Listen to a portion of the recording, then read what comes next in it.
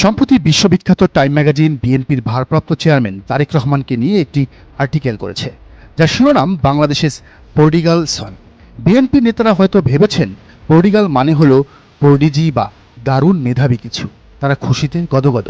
কিন্তু হায়, ডিকশনারি খুললে দেখা যায় পর্ডিগাল সন অর্থ হচ্ছে বেপরোয়া অর্থ ব্যয়কারী পুত্র, বা যে ছেলে বাপের সম্পদ উড়িয়ে নিঃস্ব হয়ে দেশে ফিরে আসে।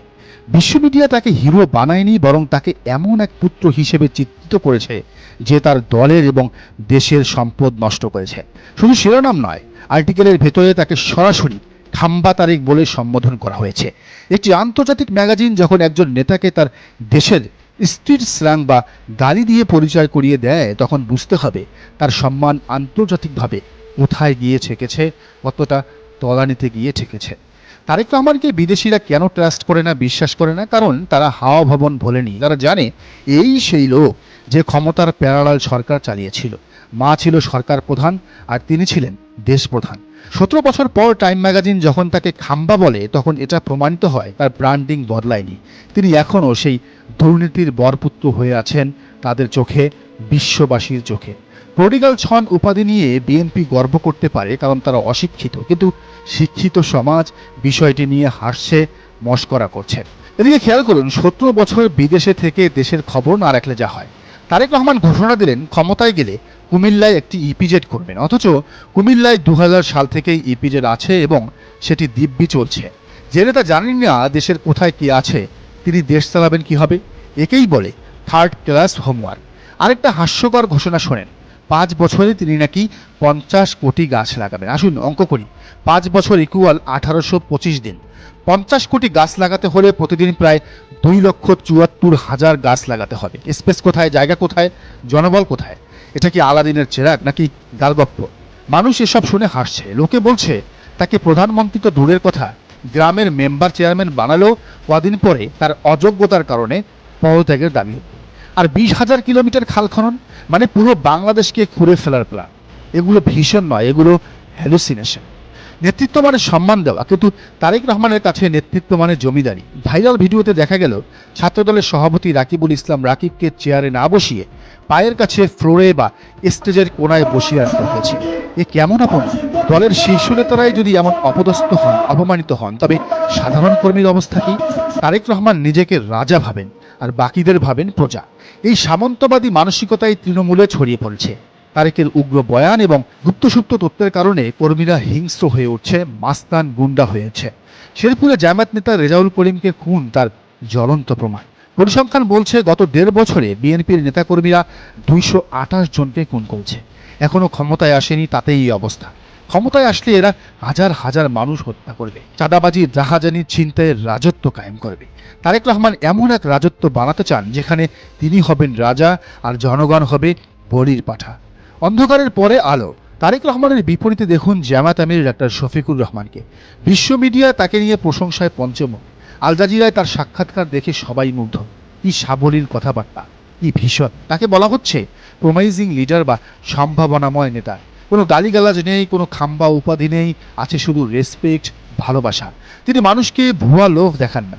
বিএনপি বলছে ফ্যামিলি কার্ড দিলে, যা আসলে ভিক্ষাবৃত্তি। আর ডাক্তার শফিক বলছেন আমরা মা বোনদের কর্মসংস্থানের ব্যবস্থা করব, যুবকদের হাতে কাজ দিব। এমনকি তিনি চাঁদাবাজদেরও পুনর্বাসনের কথা বলেছেন। কেমন মহানুভবতা থাকলে একজন নেতা অপরাধীদেরও ভালো হওয়ার সুযোগ দিতে চান। তিনি দুর্নীতির বিরুদ্ধে জেহাদ ঘোষণা করেছেন। নিজের দলের নেতাকর্মীদের সবসময় শান্ত ও সুশৃঙ্খল থাকতে বলেছেন। উগ্রতা নয়, ভদ্রতাই তার শক্তি। খেয়াল করুন, একপাশে ননসেন্স কথাবার্তা বলা তারেক রহমান, যিনি জানেন না কুমিল্লায় ইপিজেড আছে।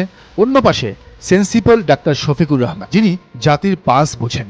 এক পাশে 228 খুনের দায় নেওয়া তারেক রহমান, অন্য পাশে সুশৃঙ্খল সেবকের দলের আমির ডাক্তার শফিকুর রহমান। তারেক রহমানের গুপ্ত ন্যারেটিভ তার দলকে সন্ত্রাসী বানাচ্ছে, আর শফিকুর রহমানের ক্ষমা ও সংস্কার ন্যারেটিভ তার দলকে জনপ্রিয় করছে।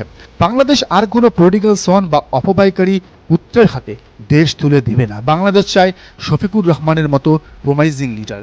টাইম ম্যাগাজিন সত্যটা বলে দিয়েছে, এখন সিদ্ধান্ত নেওয়ার পালা জনগণের। তবে জনগণ যে সিদ্ধান্ত নেবেন সেখানেও হস্তক্ষেপ করছে তারেক রহমানের দল বিএনপি।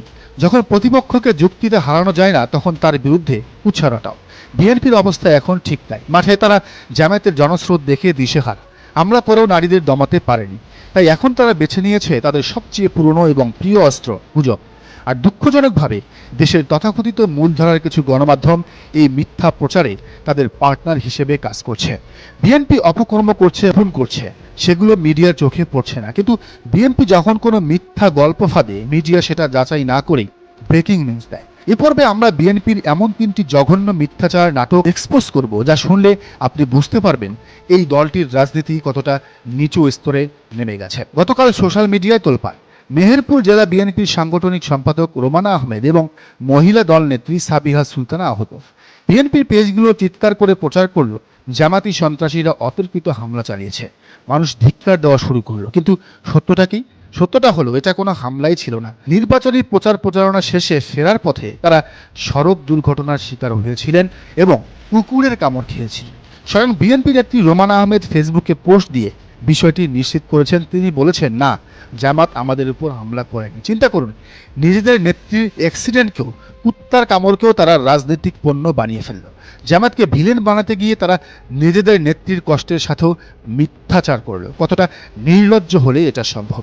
শেরপুরের ঘটনা তো অস্কার পাওয়ার যোগ্য। জামাত নেতা রেজাউল করিমকে মারার পর নিজেদের দোষ ঢাকতে বিএনপি প্রচার চালালো জামাত আমাদের কর্মী সাইফুলকে খুন করেছেন, কান্নাকাটি আহাজানি। কিন্তু কিছুক্ষণ পরেই সেই মৃত সাইফুল ফেসবুকে লাইভে এসে বলল, ভাই আমি তো বাইচা আছি। এর চেয়ে বড় কমেডি আর কি হতে পারে? মৃত মানুষ লাইভে চলে আসছে। বিএনপি মিথ্যাচার এখন কমেডি শোকেও হার মানাচ্ছে।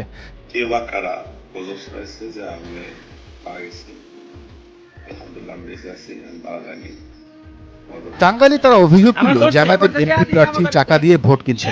ভিডিও ভাইরাল করলো, কিন্তু ইনভেস্টিগেশনে দেখা গেল ভিডিওতে যে টাকা দিচ্ছে সে আসলে স্থানীয় ছাত্রদল নেতা। মানে নিজেদের লোক দিয়ে টাকা বিলি করিয়ে নাম দিল জামাতের। একেই বলে চোর পালায় বুদ্ধি পারে। কিন্তু বিএনপির বুদ্ধি যে হাঁটুতে, সেটা আবার প্রমাণ হয়। আপনারা হয়তো ভাবছেন, এত বড় একটা দল কেন এমন চাইল্ডিশ বা শিশুসুলভ মিথ্যাচার করে? উত্তরটা খুবই সোজা, মাথা যেমন লেজও তেমন। বিএনপির শীর্ষ নেতা তারেক রহমানের শিক্ষাগত যোগ্যতা নিয়ে জনমনে প্রশ্ন আছে। প্রশ্ন থাকার সুযোগ নেই, কারণ এটা হলফ নামে উল্লেখ আছে যে তিনি ইন্টার পাস। একজন অশিক্ষিত বা অর্ধশিক্ষিত নেতা যখন দল চালায়, যখন দলের হাল ধরে, তখন সেই দলের স্ট্র্যাটেজি হয় গুজব, মিথ্যা আর নাটক। ওনার কথাবার্তা, বডি ল্যাঙ্গুয়েজ এবং সিদ্ধান্তগুলো দেখলেই বোঝা যায় এটা কোনো শিক্ষিত বা ভিশনারি নেতার কাজ নয়। এটা হলো রাস্তার মোড়ের ছাপড়ি পলিটিক্স। যেহেতু তাদের কাছে কোনো ডেভেলপমেন্ট প্ল্যান নেই, কোনো ভিশন নেই, তাই তারা বসে বসে স্ক্রিপ্ট লেখে কেমনে অ্যাক্সিডেন্টকে হামলা আর জীবিতকে মৃত বানানো যায়। নির্বাচন যত ঘনিয়ে আসবে, এই নাটকবাজি, বিএনপির এই গুজববাজি তত বাড়বে। জামাতকে এখন ডিফেন্সিভ হলে চলবে না। তাদের উচিত এখনই শক্তিশালী মিডিয়া নেটওয়ার্ক এবং ফ্যাক্ট চেকার টিম নিয়োগ দেওয়া। বিএনপি একটা গুজব ছড়াবে, 10 মিনিটের মধ্যে জামাতকে সেটার প্রমাণ সহ জবাব দিতে হবে। মেইন স্ট্রিম মিডিয়ার উপর ভরসা করে থাকলেও হবে না জামাত, কারণ তারা এখন বিকৃত মান। আজকের এই বিশ্লেষণের মূল কথা, বিএনপি প্রমাণ করেছে তারা দেউলিয়া। তারা লাঠি দিয়ে পারল না, এখন মিথ্যা দিয়ে চেষ্টা করছে। কিন্তু ডিজিটাল যুগে মিথ্যা বেশিক্ষণ টেকে না। রোমানা আহমেদ আর সাইফুলরাই বিএনপির মুখোশ খুলে দিয়েছে। জামাত নেতাকর্মীদের বলছি, ক্যামেরা রেডি রাখুন, সত্য রেকর্ড করুন। আর জনগণকে বলছি, গুজবে কান দেবেন না। দর্শক, আপনি কি মনে করেন? জানান মন্তব্যের ঘরে। আর এই চ্যানেলে নতুন হলে অবশ্যই সাবস্ক্রাইব করে বেল আইকনটি বাজিয়ে রাখুন।